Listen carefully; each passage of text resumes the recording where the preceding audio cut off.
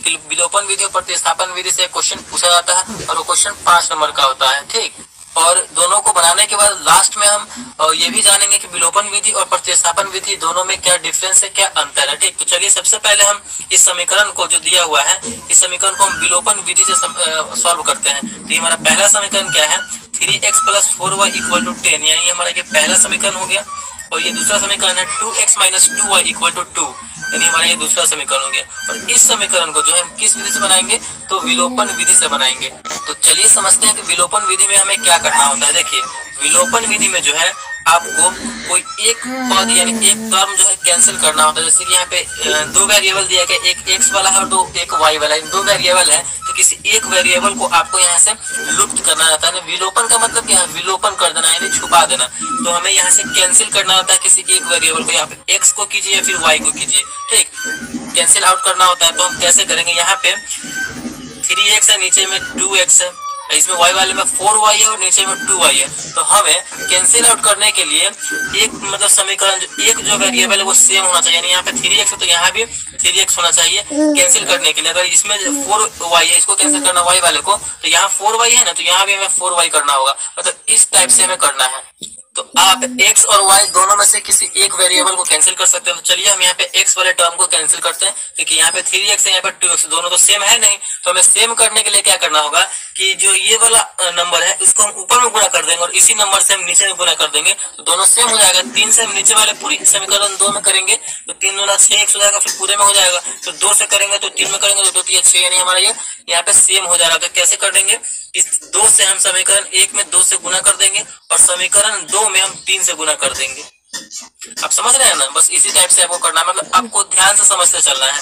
तो गुना करेंगे तो समीकरण 1 में जो है ये 2 से पूरा में गुना हो जाएगा। तो गुना कीजिए, हमारा नया समीकरण बन जाएगा 3 दूना 6x प्लस है तो प्लस, फिर 2 से 4 में करेंगे तो 4 दूना 8y = 10 में 2 से करेंगे तो 10 दूना 20। हमारा ये समीकरण तीसरा बन गया, हमारा ये नया समीकरण बन गया। फिर 3 से इस पूरी समीकरण में होगा तो 3 दूना 6x माइनस है तो माइनस, तो 3 में 2 से करेंगे 3 दूना 6y = 3 में 2 से करेंगे तो 3 दूना 6। ये हमारा चौथा समीकरण हो गया, नया समीकरण बन गया। अब हम यहाँ पे देखिए एक टर्म बिल्कुल सेम हो गया, यानी वेरिएबल सेम है, 6x ऊपर भी है और 6x नीचे भी है, तो दोनों यहाँ पे कैंसिल हो जाएगा। तो चलिए यहाँ पे हम कैंसिल करते हैं। तो 6x प्लस में ऊपर भी और 6x नीचे में प्लस में है, तो इसको हम घटाएंगे तभी ना कैंसिल होगा। मतलब 6x में से 6x अगर घटेगा तो यहाँ पे 0 हो जाएगा, यहाँ पे कट जाएगा। तो यहाँ पे जैसे हम आप एग्जाम में लिखेंगे 10th क्लास के एग्जाम में, बोर्ड एग्जाम में, बिल्कुल उसी प्रकार हम बनाएंगे और जिससे कि आपको 5 में 5 नंबर मिल सके। तो यहाँ पे हम लिखेंगे समीकरण 3 और 4 को घटाने पर, समीकरण 3 और 4 को यहाँ पे हम घटाएंगे तो घटाइए 6x प्लस 8y = 20 है हमारा तीसरा। चौथा है 6x माइनस 6y = 6 है।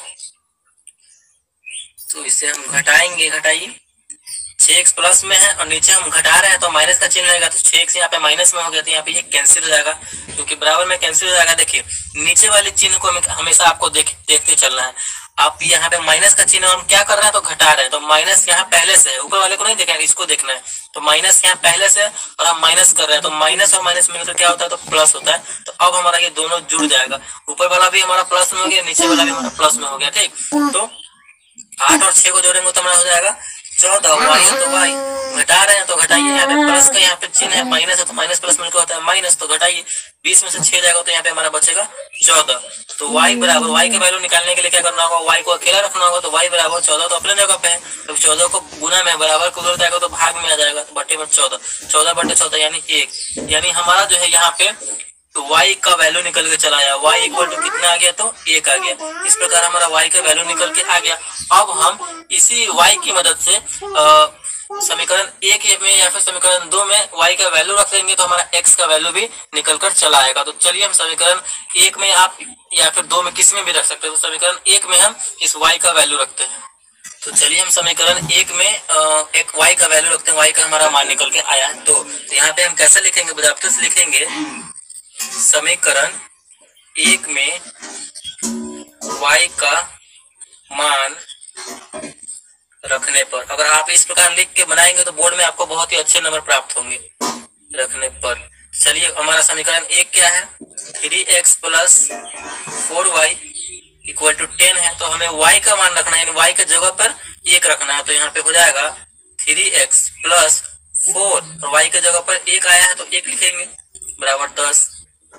3x प्लस 4 में 1 से गुना करेंगे तो 4 हो जाएगा बराबर 10। तो 3x बराबर क्या हो जाएगा, 4 प्लस में है, बराबर को उधर जाएगा तो माइनस में हो जाएगा। 10 तो अपने जगह पर है, ये ना उधर जा रहा है, तो प्लस है तो माइनस हो जाएगा, माइनस यहाँ पे 4 हो जाएगा। तो 3x बराबर क्या हो जाएगा, 10 में से 4 जाएगा तो बचेगा हमारा 6। तो x बराबर क्या हो जाएगा, 6 जगह पे है अपने।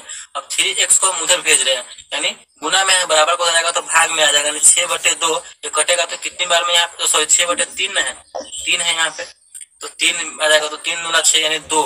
यानी हमारा फाइनली जो है x का मान आ गया 2, y का मान आ गया 1। तो विलोपन विधि से जो है